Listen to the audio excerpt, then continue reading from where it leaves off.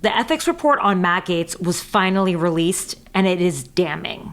Here's the top line from the 37-page report that is filled with devastating details. The report alleges that as a congressman, Matt Gaetz paid for sex with multiple women, including a 17-year-old girl who he had sex with in front of other people. There's a chance that he didn't know the age of the 17-year-old victim, but when she received $400 from him, she assumed that it was for sex. According to one of the women who was interviewed by the committee, she received as much as $5,000 from Gaetz in exchange for sex. Another woman said that she witnessed him taking cocaine. He also paid one woman between $500 and $1,000 just to be his date at a party. According to the report, he and his friend Joel Greenberg, who's spending 11 years in prison, found women on a website called seekingarrangements.com, which is where young women go to look for wealthier, older men or sugar daddies. During Matt Gaetz's first 2 terms as a member of Congress, the Ethics Committee found that he used or possessed illegal drugs, including cocaine and ecstasy, on multiple occasions. The committee also accused Gaetz of stonewalling their investigation and not cooperating. He has denied allegations of underage sex or drug use. The Justice Department investigated the allegations in 2023 and decided not to press charges against Gaetz.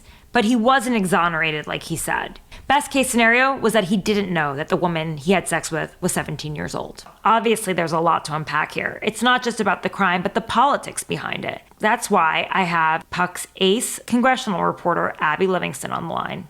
Abby, thanks so much for joining the show. So not only is this tawdry, salacious, and incredible considering that Matt Gaetz was at one point the nominee to be the Attorney General for the United States, it's also significant because the House Ethics Committee released this report on a former member of Congress.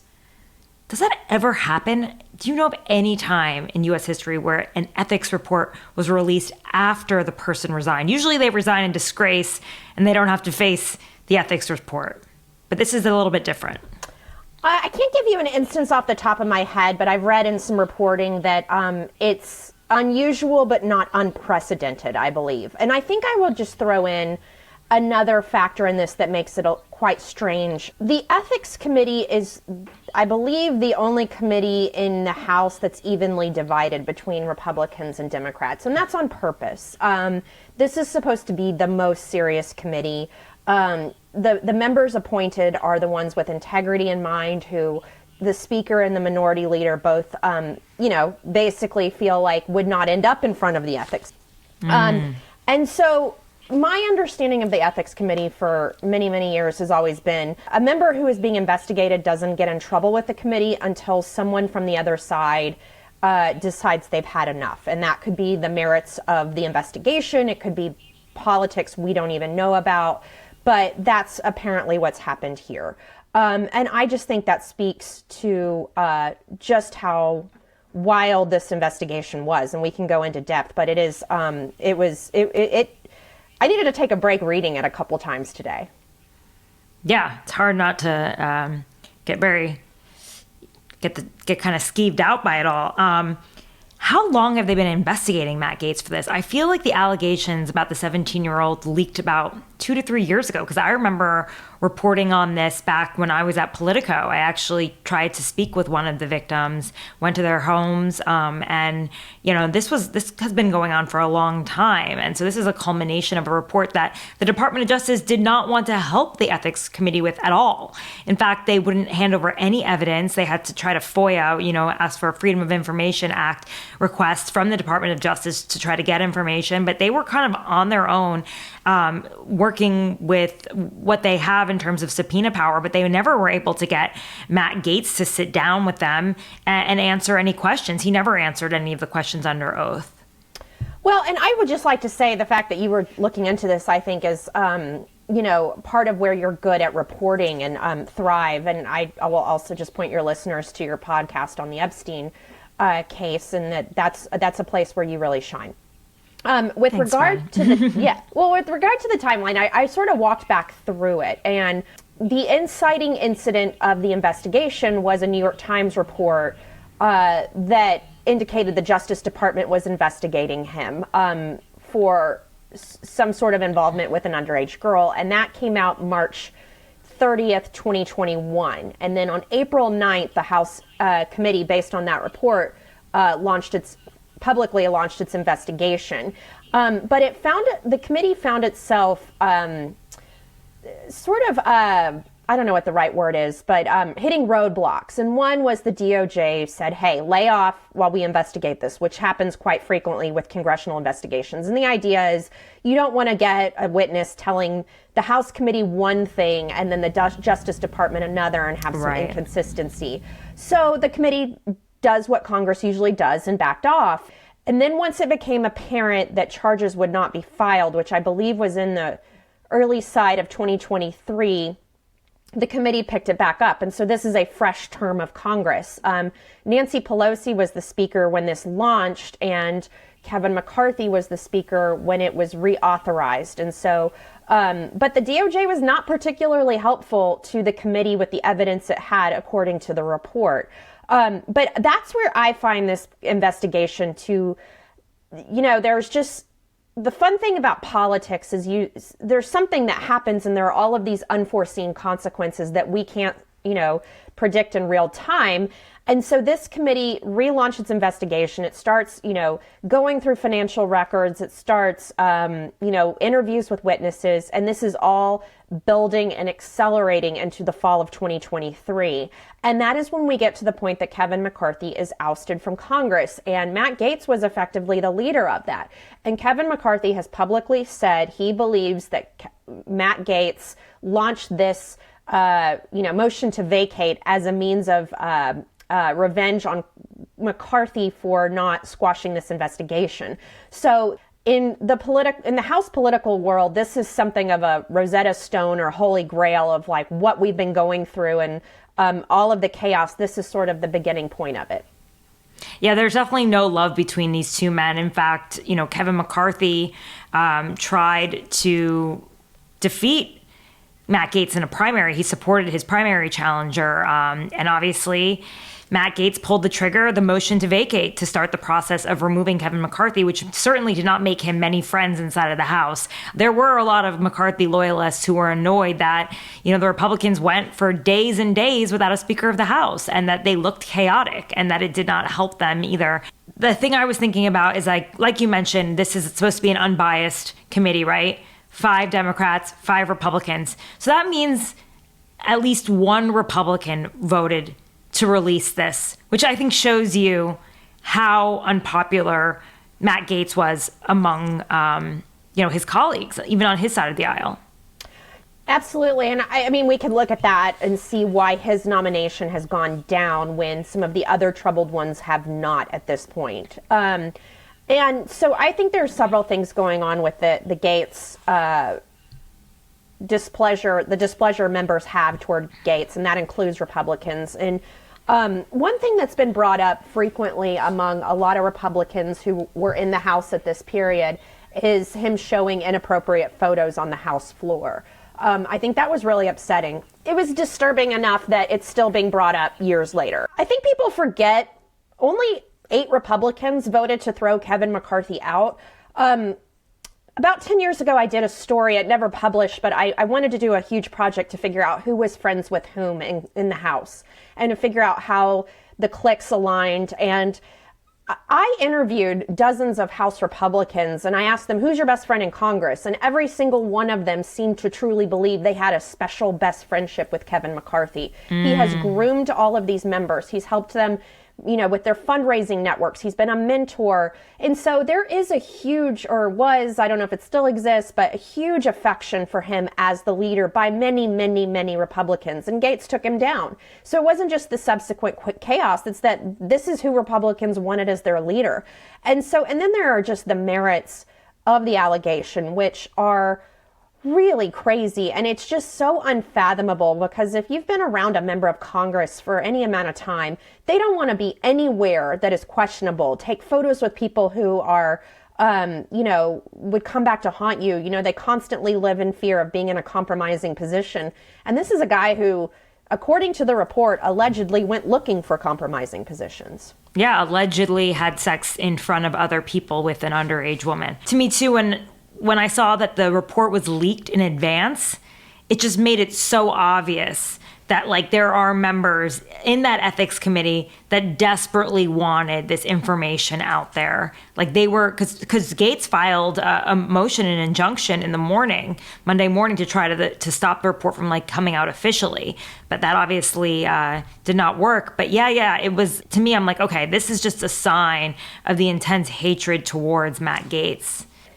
Absolutely. And I think that's just a key thing to understanding Congress is there are people from the outside looking in who look, and I think he's one of them. He's a huge media figure in the MAGA right, has a huge following on social media. And we just see this over and over again of people who have this outsized influence outside of the Congress. And then when you start looking at the internal politics, they may not be very popular in their own caucus or conference, and they run into roadblocks, or their colleagues will even lie in wait to take them down. And so frequently one of the things I find myself writing about is explaining why one member is excelling who you've never heard of, and why others are going down in flames in the context of the House of Representatives. Yeah, particularly for Matt Gaetz, I thought to myself when I watched him, especially having seen him in that HBO documentary, The Swamp, that really, like, he saw Congress as, like, his reality TV show. And, like, C-SPAN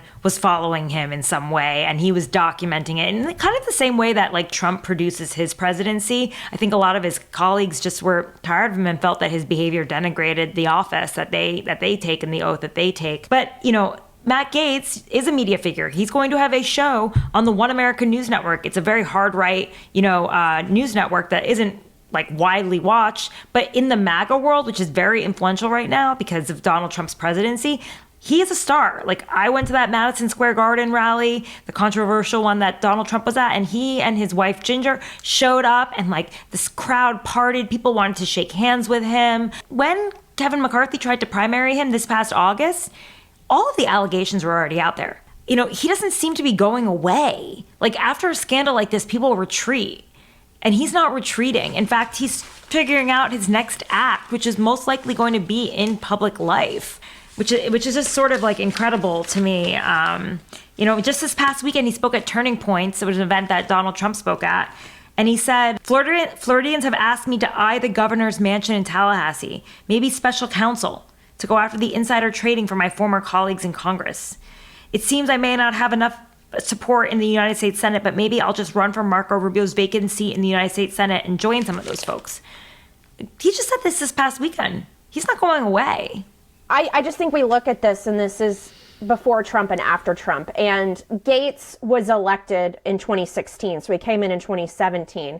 And there is just the added twist of pre-Trump, Republicans ran for Congress because they wanted to cut taxes, or, there were a few fringe people, but not really. And Gaetz was at the forefront of this whole social media thing. And, one evening at the Capitol, I was talking to a retiring member, and this was a very constructive, thoughtful member, like the kind who likes to sit on the floor and just learn policy and watch the debate. And this person, I was like, why are you retiring? And they pointed out the door on the east side of the Capitol, and there was Gaetz walking with 5 reporters following him as an entourage. And he said, that's why. And that is the currency of Capitol Hill, and it has only accelerated since, those years. 2018, Democrats embraced this, but you walk around, I haven't been in a while, but you walk around the Capitol and these members are just walking around live streaming in the middle of the workday, and this is how they view their job. And so I think the biggest difference before Gaetz and after Gaetz is the Congress is now not seen as the destination for a career, but it's where you go as a launch pad for celebrity. Yeah, right. I mean, I also just want to point out one part about this that you brought up earlier about like the power imbalance between the allegations against Gaetz, these women. According to the report, some of them asked him to pay for their tuition, right? They were willing to engage in sex acts with him for as little as like $400. Some of these girls were teenagers and he was in his 30s, according to the report. And this was all while he was, a member of Congress. They're saying that these things happened between, 2017 and I believe 2020. There's such a power imbalance. And that's what's really concerning. Like, Gaetz comes from a very prominent Florida family. His father was the Senate president in the Florida State House. He's a trained attorney. Like, he has power. He's a member of the House of Representatives. And at that time, he was around young women who were in vulnerable positions who, according to this report, were being paid to have sex with him. And I just feel like we have to also kind of remember, like, the human part about this. These are young women dealing with a person who has power and access to the president of the United States. And I just think, like, we can't get too lost in, like, the politics of it, and also remember that, like, there were people that were impacted by this as well. And it's kind of being sort of spun off as like, he's just become another casualty of the Me Too movement that's gone overboard. And I don't know, I think we need to remember, like, that these people in the report were called victims. I had to take a break from reading this, and that's these legal documents or a House investigation. They put up evidence, and sometimes the evidence is just so tangible and specific, and it can really get to you. But the line in the report that got me the most was it was about the 17-year-old that he is accused of having sex with. There is no evidence he knew she was underage, but this was also in front of other people. And his response, this is quoting from the report, quote, "He has publicly stated that victim A, quote, doesn't exist, and that he has not had sex with a 17-year-old since I was 17, end quote." And it's just the line, victim A doesn't exist. And it just, that says everything. It's not maybe the most gratuitous detail, but it's a pretty devastating comment. Yeah, because you have to think, like, what kind of courage and how difficult it would have been for a woman to stand before a committee and tell her story. And, and she's supposed to go even further and say her name. I mean, like, look what happens to women who come out and come out against powerful men, like we saw during the Kavanaugh hearings, Anita Hill. It just, they end up getting slimed. And so that's why they often have to choose to be Jane Does or victim A's. And it just to say she doesn't even exist seems almost more devastating than she's a liar, which, it's saying that too, but just saying you don't even exist as a human. Right. Thank you so much for your time, Abby. I feel like this was super insightful and kind of explains the inside story. Thanks for having me, Tara. It remains to be seen how this will affect Gaetz's political future or his presence in Trump's inner circle. But if you want to be the first to know, you should subscribe below.